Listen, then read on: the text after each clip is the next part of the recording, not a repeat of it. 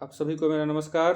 तो ये जो वीडियो है ये बहुत सारे कमेंट्स आए थे कि पे प्रोटेक्शन के बारे में थोड़ा विस्तार से चर्चा किया जाए कि पे प्रोटेक्शन कैसे मिलता है और उसके क्या बेनिफिट्स हैं और उसके लिए क्या एलिजिबिलिटी क्राइटेरिया है, कौन कौन से सिचुएशन में मिलता है या क्या। तो इसको समझने का प्रयास करते हैं। सबसे पहले देखिए, जो पे प्रोटेक्शन होता है वो ये हुआ कि आप जिस डिपार्टमेंट में भी जॉब कर रहे हो उस डिपार्टमेंट को छोड़ के किसी दूसरे डिपार्टमेंट में चले गए। जैसे मान लीजिए कोई टैक्स असिस्टेंट है, वो दिल्ली में है, वो अपने होम टाउन बिहार आ गया, जयपुर चला गया, मुंबई वाला दिल्ली आ गया। तो ऐसे ऐसे केस क्रिएट होते हैं। तो उस स्थिति में तो सेम ग्रेड पे है और सेम ग्रेड पे से वो दूसरे डिपार्टमेंट पे से सेम डिपार्टमेंट में दूसरे जोन में चला गया। तो वैसे स्थिति में क्या उसका पे प्रोटेक्ट हो पाएगा या नहीं। तो इसको जो है, इसमें 3 केस होता है। पहला केस ये है कि वो हायर ग्रेड पे से लोअर ग्रेड पे जाए, दूसरा होगा कि वो सेम ग्रेड पे जाए और तीसरा होगा कि वो छोटे ग्रेड पे से हायर ग्रेड पे जाए, मतलब लोअर ग्रेड पे से हायर ग्रेड पे जाए।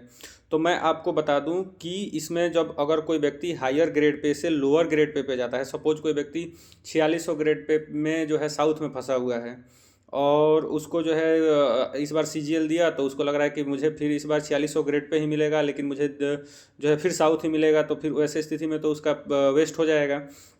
तो ऐसे केस में लोग क्या करते हैं कि पे प्रोटेक्शन लेकर लोअर ग्रेड पे अपने होम टाउन आ जाते हैं। जैसे कि 2400 ग्रेड पे ले लिया, 2400 ग्रेड पे लेके बिहार आ गया या फिर दिल्ली आ गया, घर के नज़दीक आ गया। लेकिन उस केस में पे प्रोटेक्शन तो मिल जाएगा, लेकिन उस केस में एक चीज़ ये ध्यान रखना चाहिए कि उसका जो है प्रोबेशन पीरियड कंप्लीट होना चाहिए।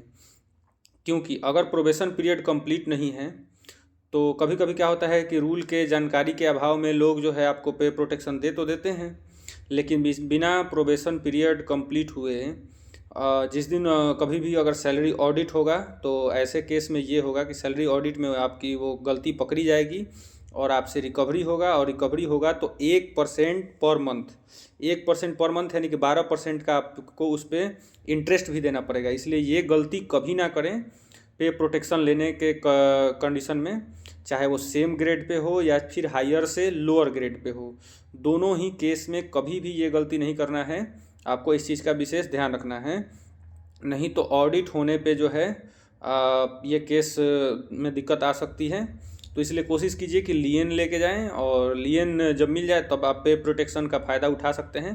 ऐसे मेरे 1-2 जानकार हैं जिन्होंने पे प्रोटेक्शन बिना प्रोबेशन पीरियड के ले लिया था और बाद में उनकी सैलरी का जब ऑडिट हुआ तो उनसे रिकवरी हुई।